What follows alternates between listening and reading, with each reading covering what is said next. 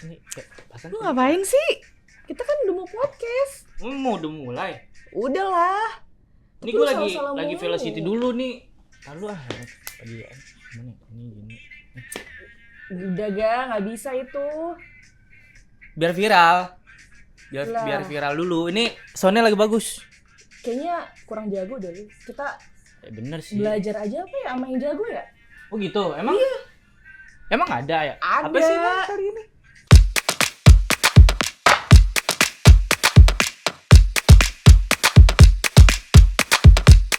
Kali ini episode di 22 ini kita kedatangan bintang tamu nih. Bintang tamunya apaan sih? Mira. Bintang tamunya adalah orang yang pasti pernah nih lewat FYP teman-teman semua. Gitu. Iya, pasti pernah. Lu emang nggak pernah? Pernah sih. Yang konten gitu-gitu. Iya, yang lagi viral-viral itu. Oh gitu. Velocity. Oh gitu. Emang siapa sih orangnya, Mira, kalau boleh tahu? Langsung aja kali ya kita Boleh? sambut ya. Boleh? Sambut dong. Masa gua doang? Kadika. Halo. Tadi bingung tuh mau disambut atau disambit tadi. Iya. Tadi dingin tanya grogi lagi. Enggak ya. Orang habis minum air tadi. Oke, teman-teman, jadi kita kali ini kedatangan seorang content creator gitu ya. Bisa dibilang salah satu pekerjaan dari berbagai pekerjaan. Nah, ini teman-teman pastinya udah pernah ngeliat lah konten-kontennya KDK ya, Mim ya. Tentang Velocity dan juga konten-konten yang jedak-jeduk gitu. Bedanya apa sih kalau Velocity sama Mungkin jedak-jeduk? satu rumpun kali ya. Jadi kalau jedak-jeduk itu mungkin musiknya juga, terus tren-trennya. Tapi kalau Velocity mungkin spesifik untuk beberapa gerakan yang dilakukan dengan musik. Jadi kalau JJ itu mungkin termasuk video dan foto yang diedit melalui aplikasi tambahan misalnya CapCut gitu. Cuma kalau Velocity itu biasanya yang langsung orang ya tadi kayak Ega tuh saya ngintip tuh suara dari pantry ya, lakukan itu tuh Velocity. Jadi Velocity masuk ke dalam jedak-jeduk, tapi jedak-jeduk bukan Velocity aja. Itu udah pro banget ya penjelasannya. Oke, teman-teman, ini kalau yang baru tahu dan pasti udah tahu sih sebelumnya, pasti ini dikenal sebagai Pasming Base ya. Betul. KDK ini ya. Udah yang tadi kita bahas juga udah viral banget. Jujur, gue waktu itu pertama kali tahu Velocity gara-gara lu. Wis. Iya, jadi kayak ini kok orang maksudnya ini dilambat-lambatin apa emang slow-mo gitu atau emang normal gitu apa gimana? Nah, ternyata ada filter kan itu ya Velocity. Itu ya semacam efek lah. Efek ya, filter. Itu gitu. bukan efek jerah ya. Nah, nih, Bang, ini teman gua ngefans banget sama lu. Udah gitu. Ngefans banget. Iya boleh lah, boleh Enggak, lah. maksudnya enggak cuma Mira, semua orang yang ngefans. Iya. Izin. Aduh, balik. Ini sebelum ngobrol lebih jauh, boleh ceritain dulu dong, KDK nih awalnya gimana sih? Tiba-tiba kepikiran bikin konten Velocity gitu. Betul. Jadi memang sebenarnya awalnya itu banyak ketidaksengajaan gitu ya awalnya. Jadi saya sendiri kan waktu itu bekerja masih sebagai mungkin practicing lawyer gitu ya, maksudnya pengacara, dan mungkin banyak jam-jam sibuk yang bikin kita tuh kalau misalnya nggak ngapa-ngapain kan burn out gitu. Jadi waktu itu ya udah iseng-iseng, emang kebetulan saya pribadi orangnya cukup nggak punya malu gitu ya. Jadi ya udah iseng-iseng bikin dan sebagainya. Nah, tiba-tiba mungkin algoritma sosmed pada saat itu TikTok nge-push itu untuk dilihat banyak orang, dan orang mungkin ngerasa kayak seru juga nih bikin ginian, cobain. Akhirnya kalau kata Tensi awalnya ku cuma cobain. Akhirnya semua orang nyobain dan banyak yang ternyata sampai sekarang engage sama konten-konten yang seperti ini gitu. Mau bangun fanbase ya kayak gitu. Iya, malah ada fanbase-nya gitu, atau orang at least nggak ikut fanbase tapi mungkin seenggaknya mengimplementasikan value-value Pasming Base lah dalam kegiatan sosial medianya dia. Sosial media sehari-hari. Benar. Tapi kalau nama Pasming Base tuh inspirasinya apa tuh? Nah, ya itu bukan inspirasi, itu literally saya, yaitu anak Pasming. Jadi Pasming Base itu kan sebenarnya artinya orang yang berdomisili di Pasar Minggu. Jadi saya dari kecil emang udah tumbuh besar di Pasar Minggu, sekolah di Pasar Minggu, dan kuliah juga di UI kan masih dekat Pasar Minggu. Jadi memang kayaknya nih nama yang cocok buat saya. Dan kebetulan orang tuh biasanya punya second account di IG, Instagram gitu. Nah kebetulan saya nggak punya, jadi langsung aja di TikTok kita bikin Pasming Base gitu. Tapi yang menariknya kan gak cuma KDK aja nih yang Pasming Base, tapi ada istrinya Pasming Base, Oh betul Pasming betul Boy betul. anaknya gitu ya. Betul. Jadi kayak itu jadi brandingan Brandingnya lebih. sendiri, jadi Iya. keluarga Pasming gitu. Memang itu awalnya dari kisingan spontanitas Wih. saya gitu ya. Jadi Iya sih. ya sih. Tapi emang waktu itu ditanya kayak Pasming, kalau istri Pasming apa nih bang? Kalau ini Pasming apa? Karena banyak orang khususnya mungkin yang di luar Jakarta gitu, domisili Jakarta tuh nggak tahu Pasming apa kan, maksudnya nggak familiar gitu. Pasming itu sebuah daerah, jadi akhirnya dikira nama marga atau nama keluarga gitu. Jadi akhirnya ya udah aku bikin lah Pasming Babe, terus anakku namain Pasming Boy. Tiba-tiba bapakku ikut-ikutan join trend di TikTok, bikin sendiri namanya Pasming Sepuh, Pasming Pu gitu. Jadi makin macem-macem lah sekarang. Sekarang ada keponakan baru lahir nih 3 minggu lalu udah aku namain Pasming Piu, Pasming Nephew maksudnya. Oh, ntar kalau ada cicit Pasming Pasming Cit. Cit, iya. Ada Pasming, kalau pelihara ikan Pasming Fish, kalau misalnya macam-macam. Boleh. Emang baru jadi branding bendera daging ya. Nah, ini tadi KDK kebetulan alhamdulillah komen-komennya negatif, positif. Positif, iya. Benar-benar. Nah, terus itu jadi satu kesempatan untuk bangun komunitas lah ya. Nah, gimana sih cara bangun komunitas yang udah berjalan gitu, terus engage-nya tuh gimana biar tetap sehat gitu? Sebenarnya kalau aku sendiri sih, jadi komunitas tuh mungkin organik ya. Jadi ada orang yang mungkin ya udah bikin lah, kayaknya banyak nih yang mungkin sama-sama suka Pasming Base atau ngikutin Pasming Base. Akhirnya mereka membuat sendiri secara organik gitu. Nah, tapi kalau aku sendiri sebenarnya selalu coba menjadi individu yang relatable aja sih. Maksudnya kita misalnya punya hal-hal yang udah kita ketahui sebelumnya, kebetulan audiensku tuh mungkin umurnya tuh ya di bawah aku kan. Jadi aku punya beberapa pengalaman yang bisa di-share dan semoga harapannya bisa bermanfaat juga untuk banyak orang, khususnya orang-orang yang ngikutin Pasming Base dari dulu. Jadi itu sih sebenarnya inspiration aku, maksudnya di luar JJ dan lain-lain ya, tapi mungkin ada beberapa hal yang aku bisa share ke teman-teman yang mungkin sebelumnya belum tahu atau belum familiar, jadi ternyata mungkin kayak gini tuh perspektif baru dan sebagainya.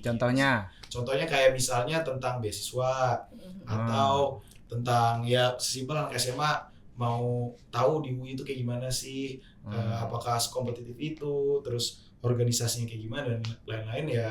Aku sharing, atau mungkin yang lebih general lagi nggak kampus spesifik, kayak misalnya jadi anak hukum tuh prospek kerjanya apa aja dan sebagainya. Jadi memang hal-hal kayak gitu aku share juga, walaupun kadang-kadang juga aku selingi dengan konten-konten yang mungkin ya bisa bilang fun lah ya, itu kayak misalnya jedak-jeduk. Oh berarti gitu gak? Karena KDK juga udah punya personality yang kuat gitu loh, di luar dari dia punya jedak-jeduk kan, kayak tadi hukum UI gitu. Betul. Ya, FH UI, terus Columbia University, Betul. LPDP lagi. Oh iya. Iyalah.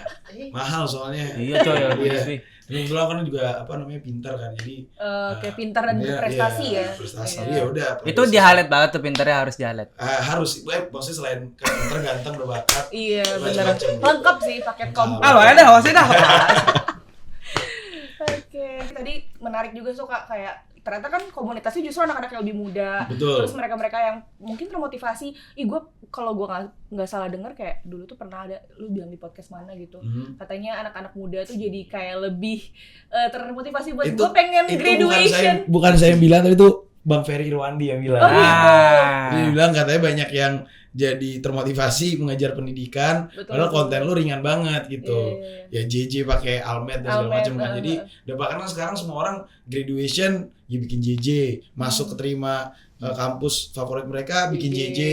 Jadi semua dibikin JJ, jadi salah satu approach baru untuk merayakan atau memberitahukan kayak achievement terbaru mereka gitu loh. Jadi kalau dulu mungkin kan orang pakai ya tadi lah lagu-lagu estetik atau mungkin kalau menang lomba We Are The Champions atau apa, sekarang orang malah JJ gitu loh. Jadi itu yang cultural shifting yang terjadi, mungkin ya salah satunya karena adanya Pasming Base di TikTok. Tapi cultural shifting itu juga sebenarnya kalau dulu tuh kita pernah sering banget dengar kayak apaan sih TikTok cuma joget-joget doang gitu. Betul. Kayak nggak ada manfaatnya dan lain-lain. Jadi dengan adanya Pasming Base nih memberi warna baru lah. Iya.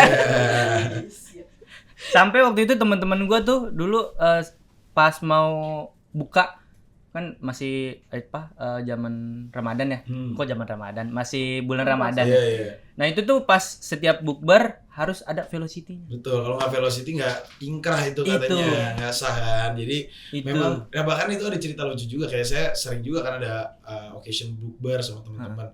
Lagi bukber, tiba-tiba datang ke restoran, di bawah tuh lagi orang-orang lagi mau siap-siap bikin velocity gitu, aku lewat terus, wah ada suhunya, bang ikutan bang, bareng kita bang, please bang. Akhirnya gue sebelum makan bahkan gini-gini dulu ya kan, gini-gini dulu, habis itu baru makasih baru ke atas. Akhirnya malah gue lupa tuh makan kurma gara-gara gini dulu. Itu berarti semua lagu di TikTok udah lo ini ya? Udah hafalin lah. Udah gitu. hafal ya? Jadi emang apa namanya, kita kan juga karena sering bikin konten gitu juga punya indera tambahan ya. Maksudnya indera ngeliat kayak ini cocok nih kalau dibikin velocity atau bahkan ada beberapa lagu yang di remix orang terus kayak ini kayaknya gemes nih kalau misalnya dibikin gini. Akhirnya itu coba kita lakuin dan banyak yang amplify juga sih. Tapi sebenarnya ada nggak sih Kak kayak konten-konten tertentu yang lo rasa bakal booming nih dalam waktu dekat di TikTok? Jadi kalau aku pribadi itu kadang ada yang benar-benar maksudnya karena ketidaksengajaan gitu ya. Jadi buat tiba-tiba rame banget gitu. Tapi ada juga yang memang kita bukannya memprediksi ya, tapi sudah menstrategikan bahwa oh ini kayaknya konten yang misalnya lagunya lagi happening banget, tapi orang misalnya nguploadnya dengan tren-tren tertentu, misalnya galau atau apa dan sebagainya. Nah kita coba kalau misalnya kayak ada selaan untuk bisa dibikin tepok-tepok gini, siapa tahu nih kayaknya bakal seru. Bahkan kalau secara komersil ya banyak beberapa brand tuh yang suka kayak, bang boleh dong kita endorse tapi abangnya begini gitu. Jadi emang udah mendarah daging ya, dan apa namanya, kadang-kadang itu bisa di-amplify dan jadi tren tersendiri untuk orang-orang yang mungkin ngikutin Pasming Base atau FYP-nya lewat mulu Pasming Base gitu.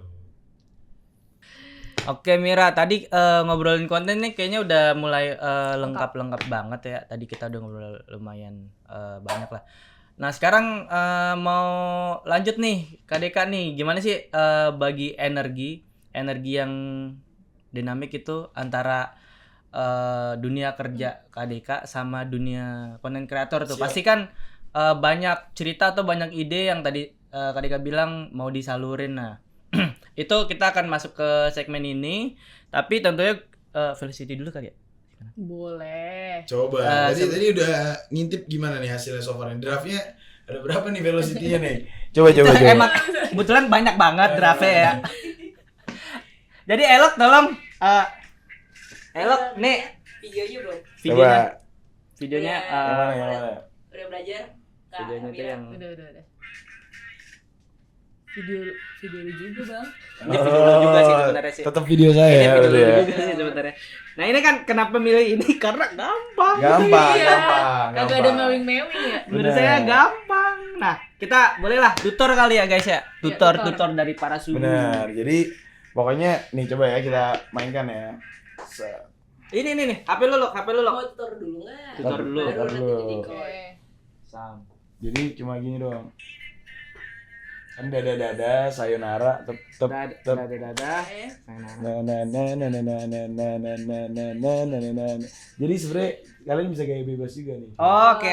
Jadi- Oke. Coba ya. Iya. Kita lihat nih. Nanti dari HP-nya Kailok nih ya. Dari apa kayak? Bup. Gini, dua tangan ya. Terus gini. Kasih bye. Terus gini. Udah selesai, gampang kan? Coba. Tapi gaya bebas boleh gak? Gaya bebas? Boleh. Takut lupa lu ya? Gini, set. Oke. Tunjuk. Terus gini, buka tangan. Nah. Gampang aja. Oke. Coba. Sorry. Udah siap atau masih mau latihan lagi? Mau tutor Mira dulu? udah. Aman. Udah aman. Gak aman, oke. Oke, boleh. Lagunya dari Kailok juga. Iya, boleh Oke. ya. Oke. Tapi boleh lihat. Masuk Sini semua ya. nggak tuh kira-kira? Coba. Nah, ini masuk nih. Dicek. Masuk semua. Nah, pas.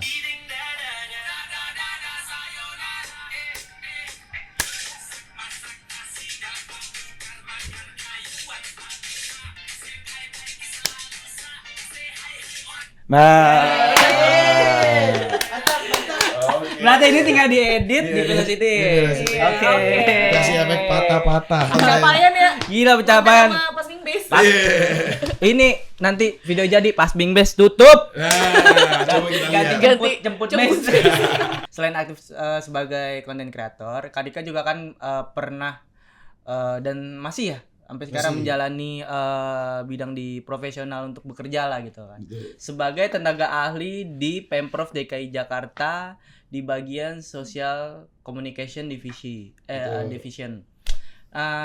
Boleh cerita sedikit Kak itu ngapain dan prospeknya apa aja gitu. Oke, jadi kalau misalnya ini tuh saya baru per bulan Mei ini, jadi sebelumnya memang untuk 7 tahunan saya practicing law gitu kan, secara berturut-turut, terus juga sempat S2 juga masih di bidang hukum.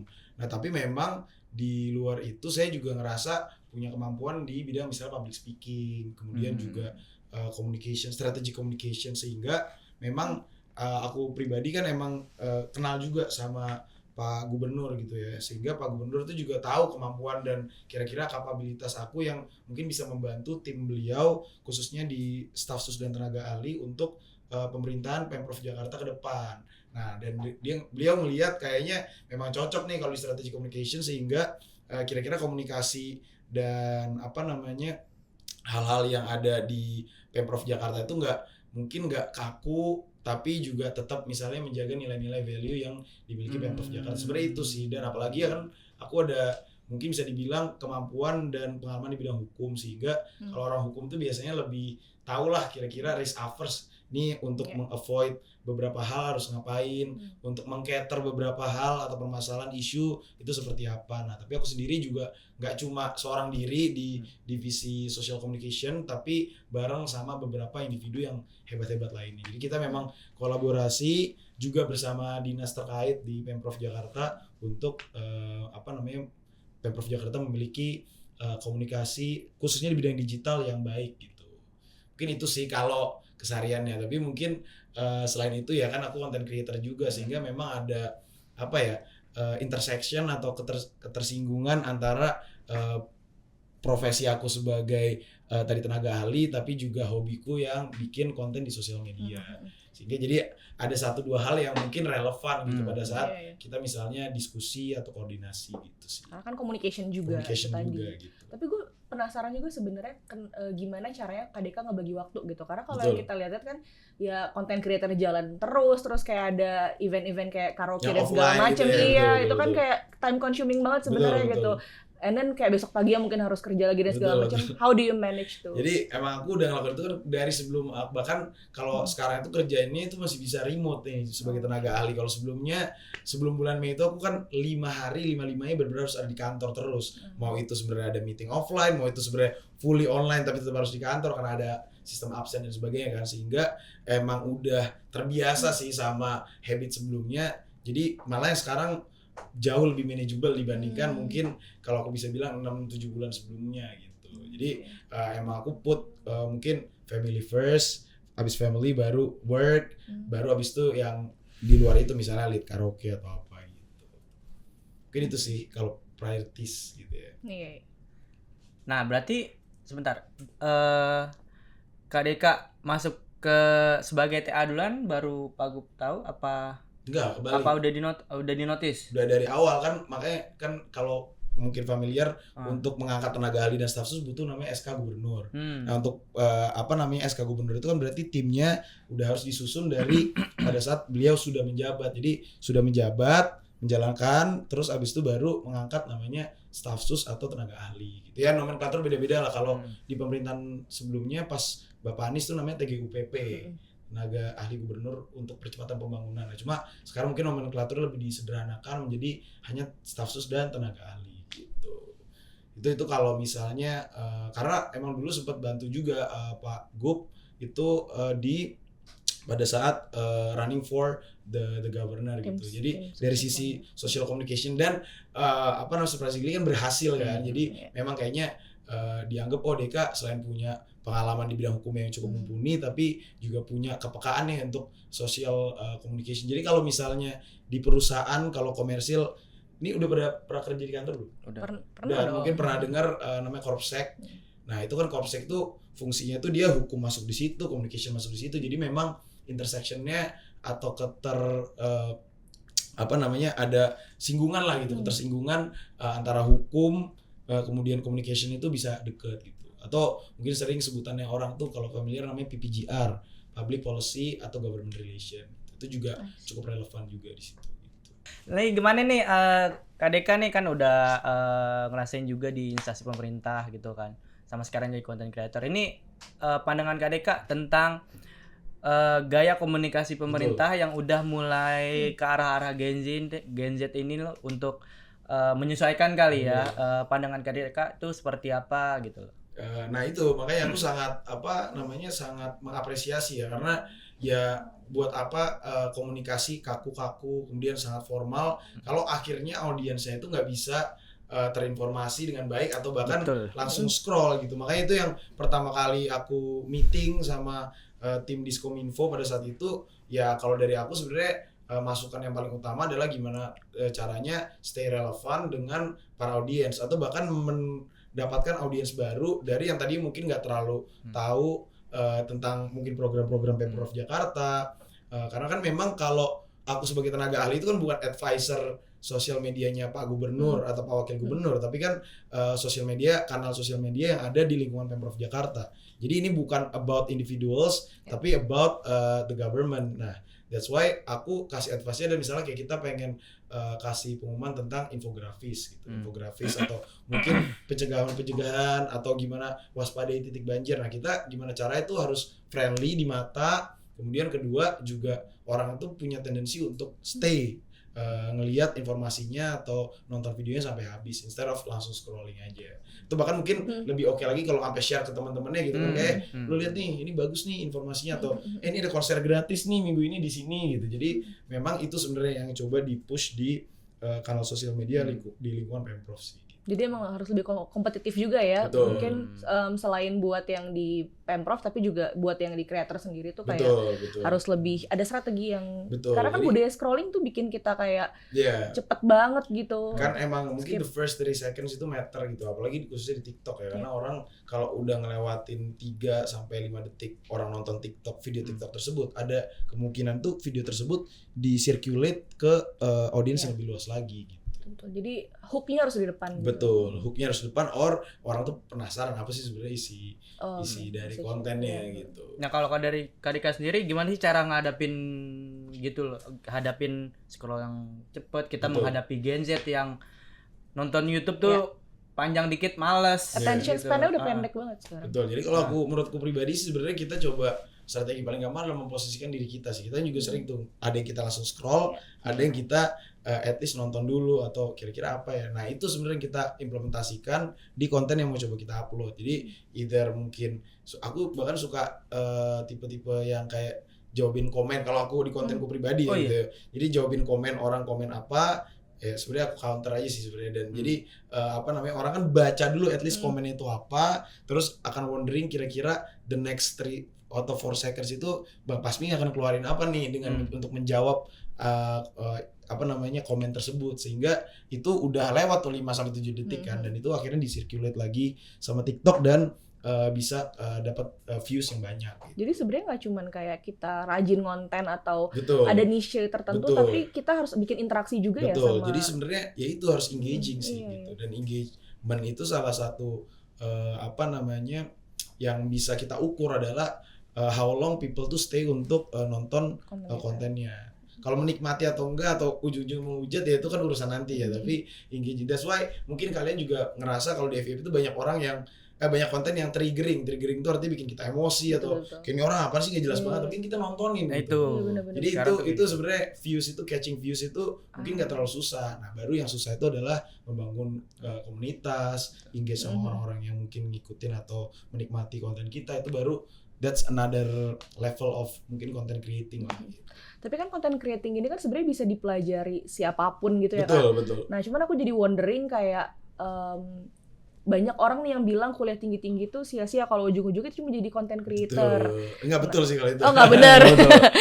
Menurut kakak tuh kayak apa sih kontribusi dari pendidikan formal, mungkin bisa dari pengalaman sendiri gitu, apa perannya dalam dunia creatornya? Ya itu makanya karena kita ditempa di pendidikan formal, apalagi di kompetitif settings yang mana teman-temannya itu dulu semuanya ambil segala macam. Kita kan dituntut untuk punya critical thinking yang bagus, kita harus punya problem solving yang bagus, dan itu malah menurut aku pribadi ya jauh dibandingkan industri hukum ini jauh lebih gampang gitu. Dalam artian kita ngelihat ini kira-kira apa sih yang kita punya sekarang, kira-kira apa sih yang lagi trending, gimana sih connecting the dots, itu hal yang menurut aku jauh lebih gampang dibandingkan kita ngerjain kayak transactional di bidang hukum gitu misalnya gitu. Jadi kalau aku pribadi itu aku dapetin cara-cara atau punya indera dalam sosial media itu adalah karena dari pendidikan formal malah. Pekaannya itu dapat ya dari situ ya. Tapi mungkin secara kita nggak sadar lah gitu. Iya. Ini itu sih kalau menurut aku ya hubungannya. Tadi sempat notice KDK bilang balas-balasin komen ya. Itu dibalesin juga kalau yang hate speech gitu. Iya, malah aku cuma balas yang hate speech biasanya. Oh iya. Gitu. Jadi misalnya kayak apa sih nih orang terkenal karena tren jedak-jeduk nggak jelas gitu. Ya udah abis itu ya tinggal aku balas, terus aku liatin aku lulusnya dari Kolombia, terus aku juara basket, juara volley, bola, padel, apnon, banyak lagi takut durasi soalnya. Tapi 12 gitu. sama gua berarti. Jadi emang itu sih karena Cemput. enaknya aku juga pribadi yang dari dulu mungkin karakternya di tongkrongan juga tipenya juga langsung nge-counter gitu. Jadi kalau ada hate speech atau hate comment itu malah paling enak nih buat ini. Apalagi kalau misalnya orangnya ternyata bukan akun bodong kan. Jadi bisa langsung dibandingin tuh. Ya kan? Nah, nilai sendiri aja Bang. Jangan nangis ya gitu.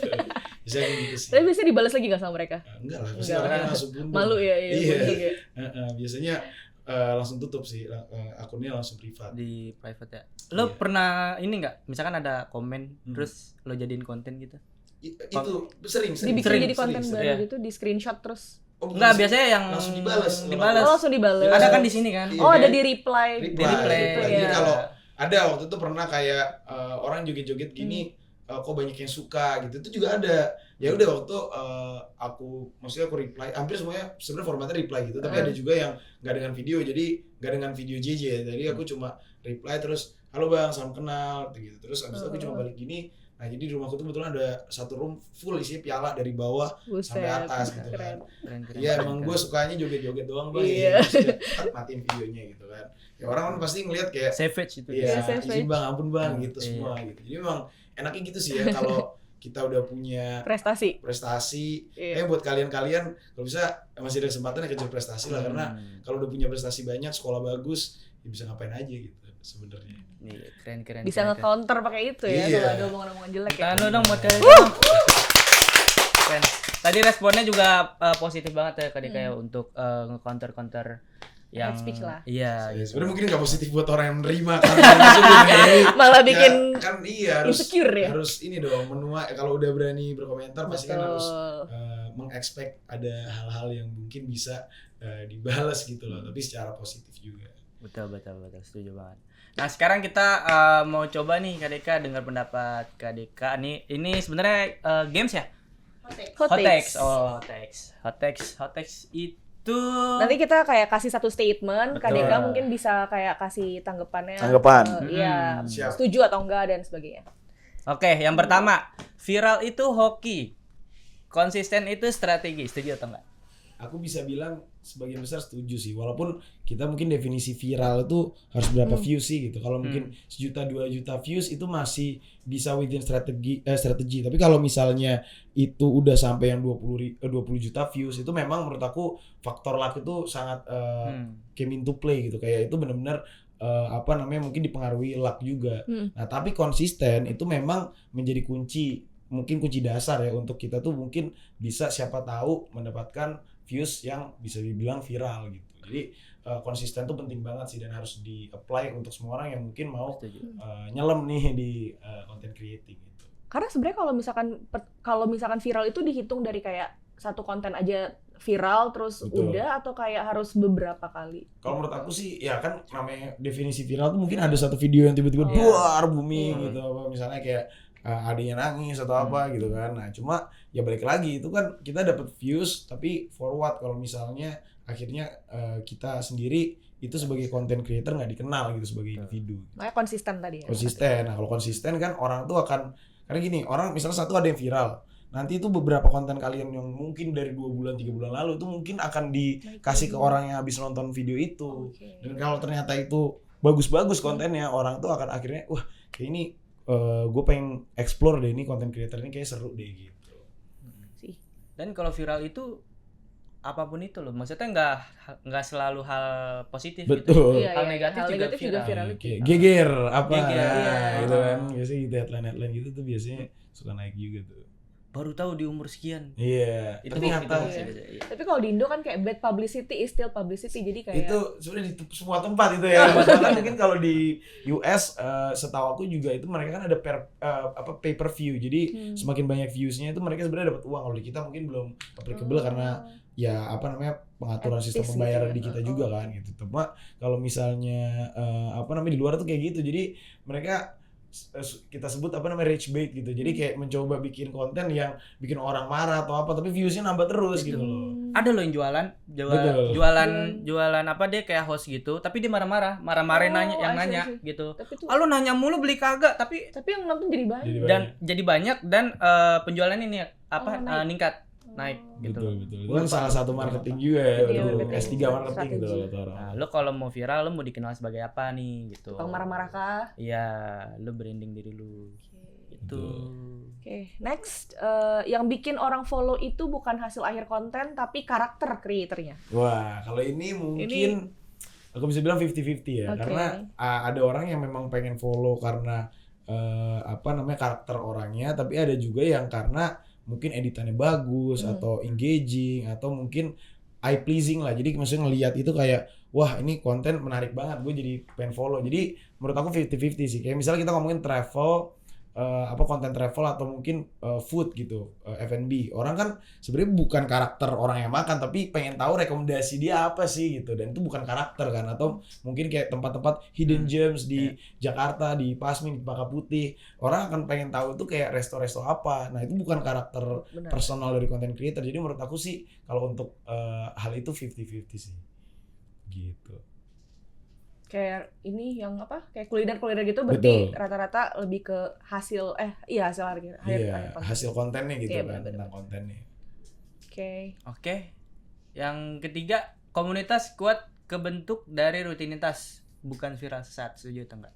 Betul, kalau itu jelas sih, karena kan kalau komunitas itu kan udah whole another level ya, dimana orang tuh berkumpul, berserikat, berkomunikasi karena punya kesamaan suka sama satu content creator atau content creator lainnya. Jadi itu emang bukan karena viral sesaat. Kalau viral sesaat, how come people would gather untuk cuma apa namanya konten orang yang cuma viral sesaat? Pasti itu udah dilakukan dengan apa namanya konsistensi yang tinggi, kemudian juga engaging sama komunitasnya dengan baik sih, menurut aku gitu.